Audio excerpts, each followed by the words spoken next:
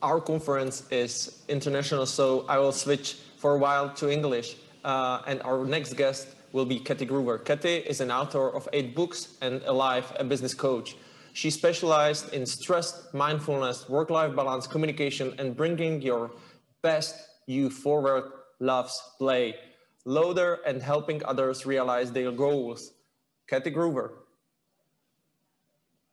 Hey everybody, Dr. Kathy Gruver here, coming to you from Santa Barbara, California, and I am so honored to be a part of this amazing event and so excited to get to share with you just a few tips on how we can manage the stress that we are all dealing with right now.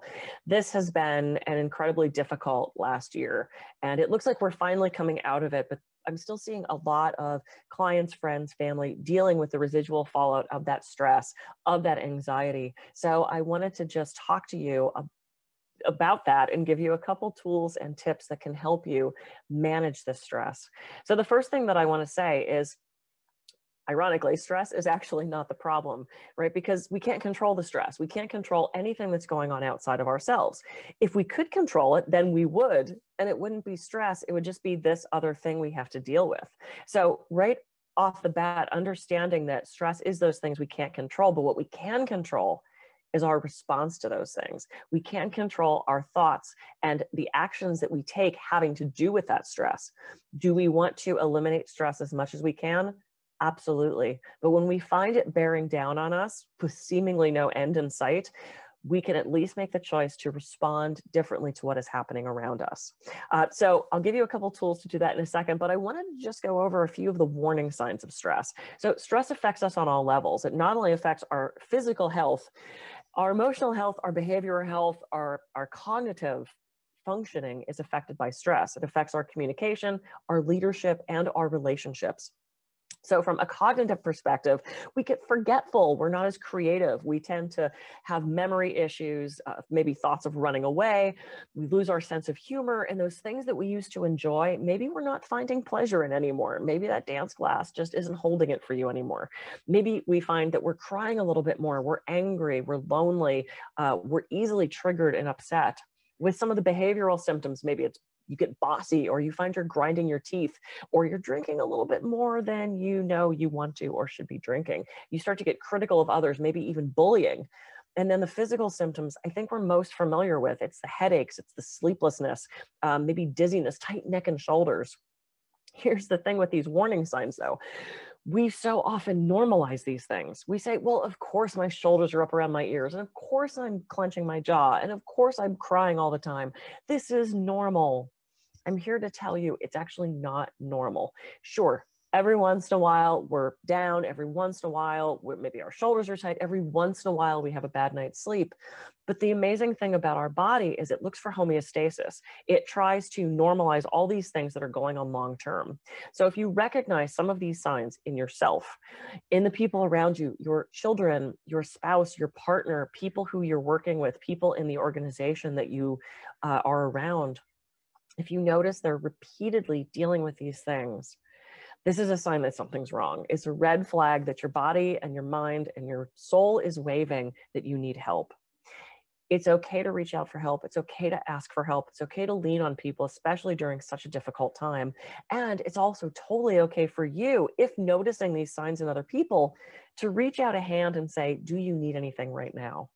Because if we continue with these things, it's, again, not only going to affect our physical health, but our emotional, our spiritual health, our cognitive health. We want to do everything we can do to stay as healthy as possible. So let's say that you have noticed some of these symptoms, let's say in yourself. What are some things we can do? Well, we can definitely try to control stress as much as we can, knowing that there are just some things that we can't control. We're going to have to learn to let that go. In the meantime, it's about responding rather than reacting, right? We want first responders. We don't want first reactors. No one's ever had a knee-jerk response, and no one's ever accused you of over-responding. It's those reactions that get us in trouble. And the easiest way to start to control our reactions and turn them into responses is things like meditation, mindfulness practices, breath work. So right now, I want to teach you a really simple exercise, and this is going to start to make a major change in how stress affects you. Everyone, right now, if you're in a safe place to do so, please close your eyes and just take a deep breath in and out.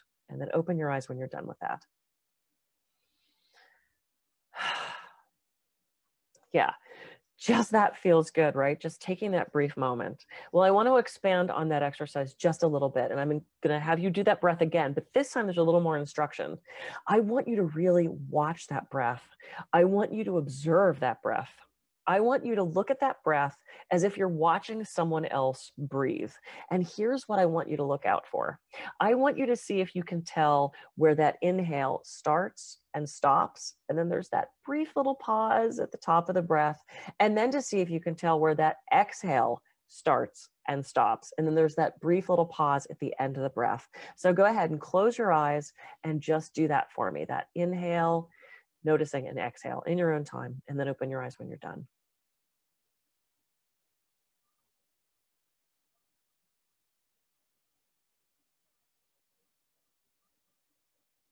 Beautiful. Could you tell the difference? You notice when you're doing the breath that way, it's a little slower. It's a little quieter.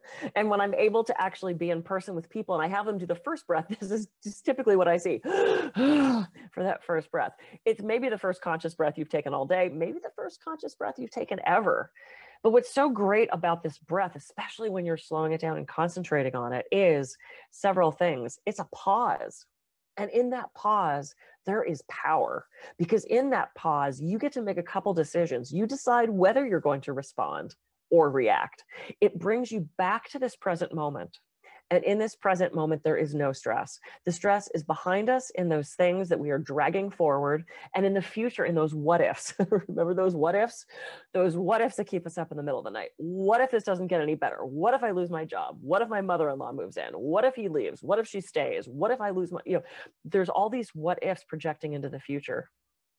As much as we can, staying present in this moment, in the here and now, it decreases that stress.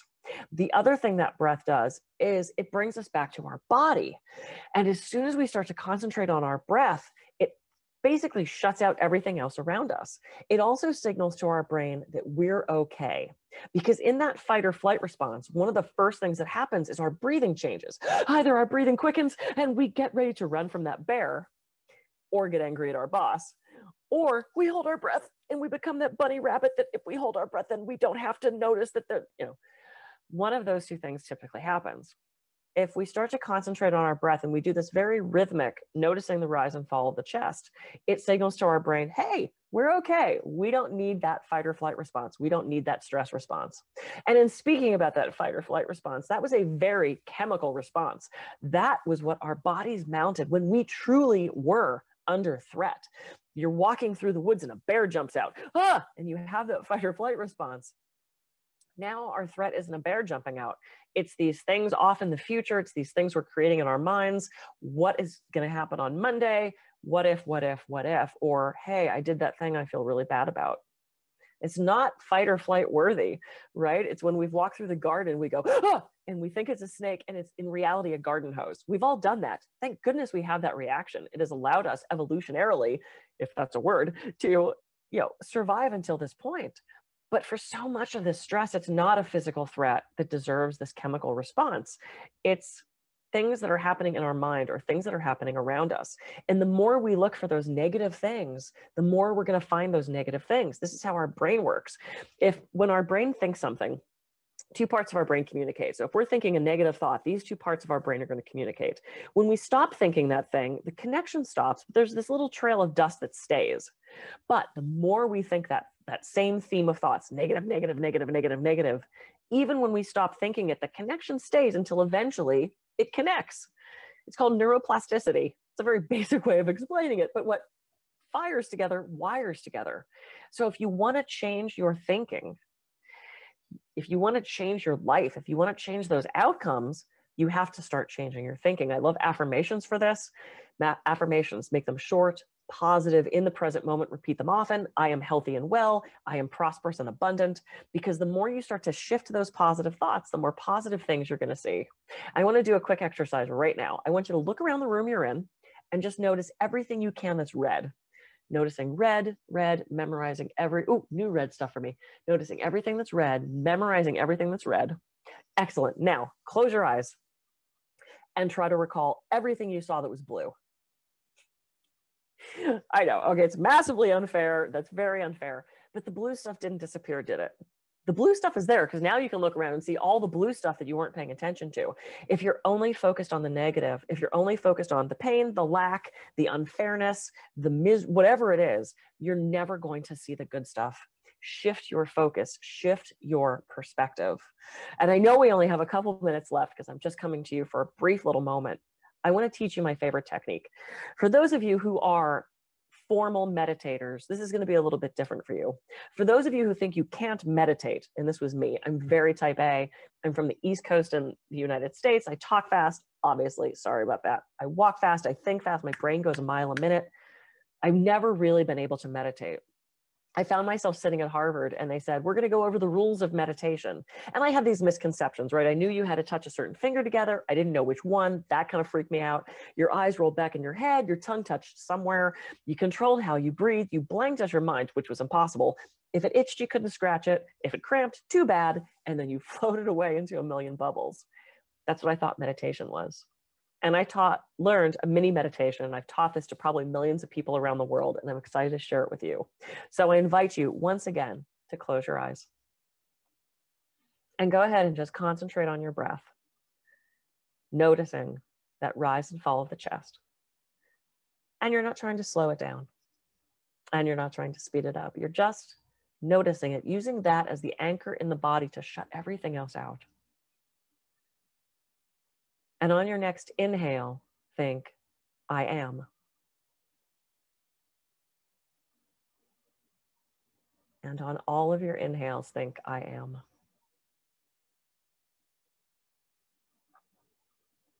And on your next exhale, think, at peace. And on all of your exhales, think, at peace. So it's inhale, I am. Exhale, at peace. And when other thoughts intrude, which they probably will, just dismiss them without judgment. Let them float away like clouds on a summer day and return to the inhale, I am. Exhale, at peace. And you can move your body if you want. You can let your shoulders drop. You can relax your belly because no one's looking. Just knowing that the breath is the anchor. Inhale, I am. Exhale, at peace. You can do this for 30 seconds. You can do this for 5 minutes. You can do this for a half an hour. Inhale, I am. Exhale, at peace. And just dismiss those other thoughts. They'll be there when you get back.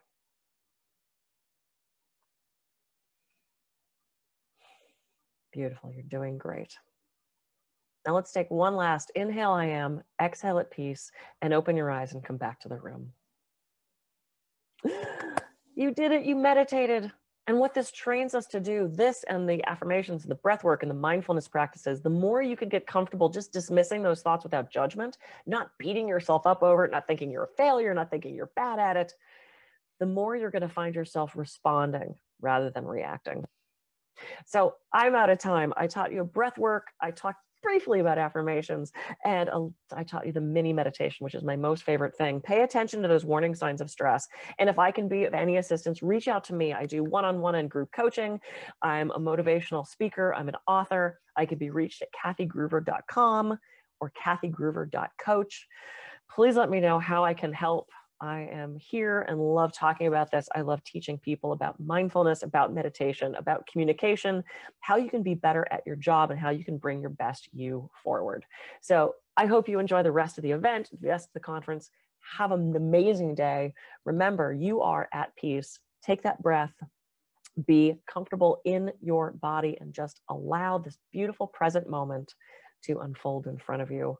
Have an amazing day, and I look forward to seeing you again.